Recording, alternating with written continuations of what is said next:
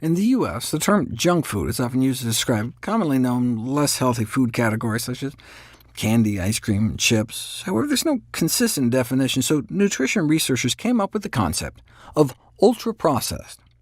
The term ultra-processed food, if you want to call it that, describe industrial formulations that are typically seen in those long lists of ingredients, which, besides salt, sugar, and fat, aren't typically found in any cookbook, like the various flavors, colors, sweeteners, emulsifiers, and other additives used to imitate real foods or to disguise undesirable qualities of the final product.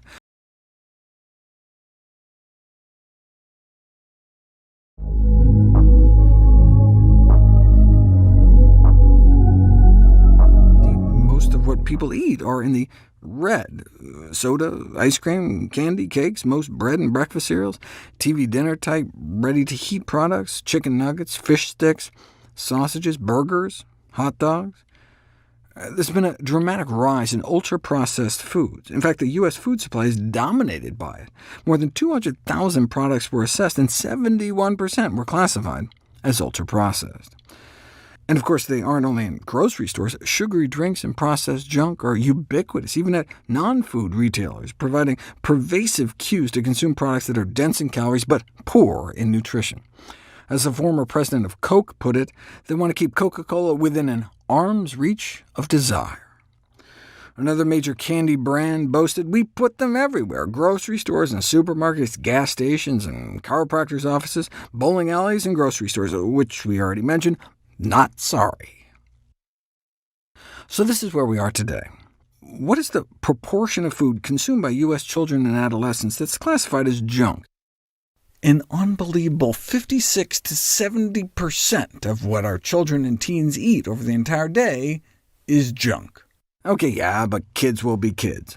In the United States of America, more than half of the calories taken in across the board is junk. In fact, around the world, ultra-processed foods consistently account for more than 50% of the dietary caloric intake in higher-income countries.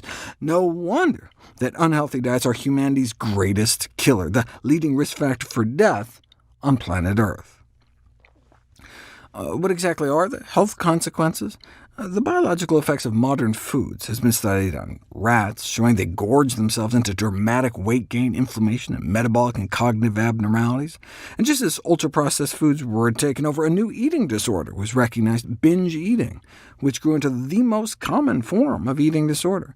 And not surprisingly, binge foods were found to be 100% ultra-processed. I say no surprise, because these foods are engineered so you can't have just one.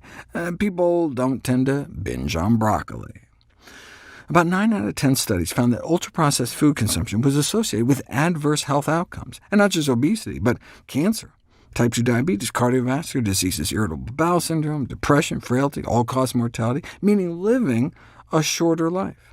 Studies on youth add asthma to the list, as well as higher DNA damage. Not a single study reported an association between ultra-processed foods and beneficial health outcomes.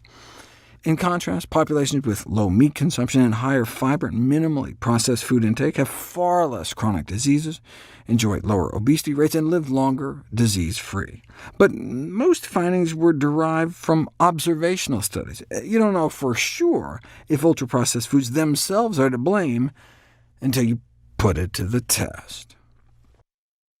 There's never been a randomized controlled trial on ultra-processed food until now. 20 people were essentially locked in a hospital ward and received both ultra-processed and unprocessed diets for 14 days each. And here's the kicker.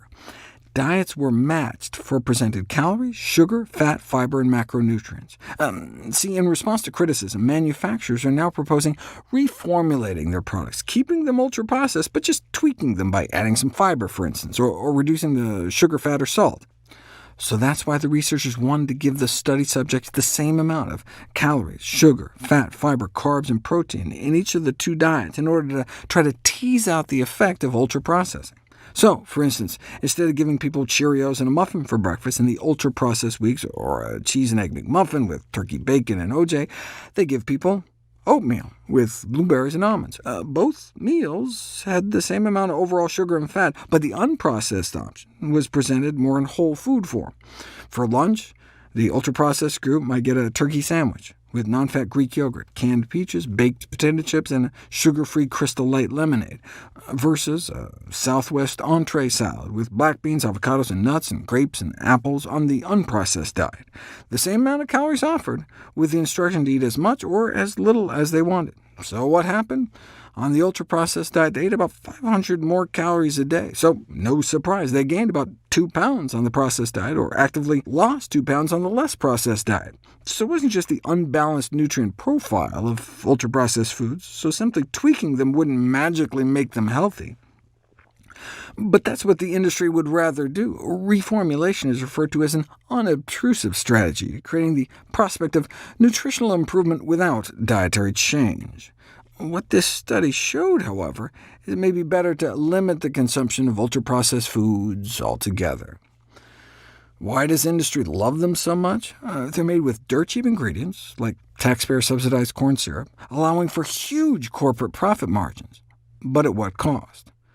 The food industry takes in more than $1 trillion, yet most of our healthcare dollars go to treat chronic disease exacerbated by these very same foods, like diabetes and heart disease, so you could argue we lose triple what the food industry pockets.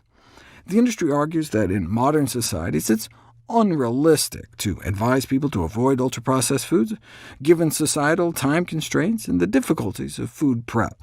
But this may just be acquiescing to the same propaganda and disinformation campaign that the processed food industry has used to co-opt families for decades. Those who think healthy foods can't be convenient have never met an apple.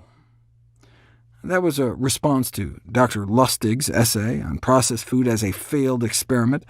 I don't like his mother-blaming, but I do appreciate his prescription. There's only one recourse: real food. We need to start thinking outside of the box.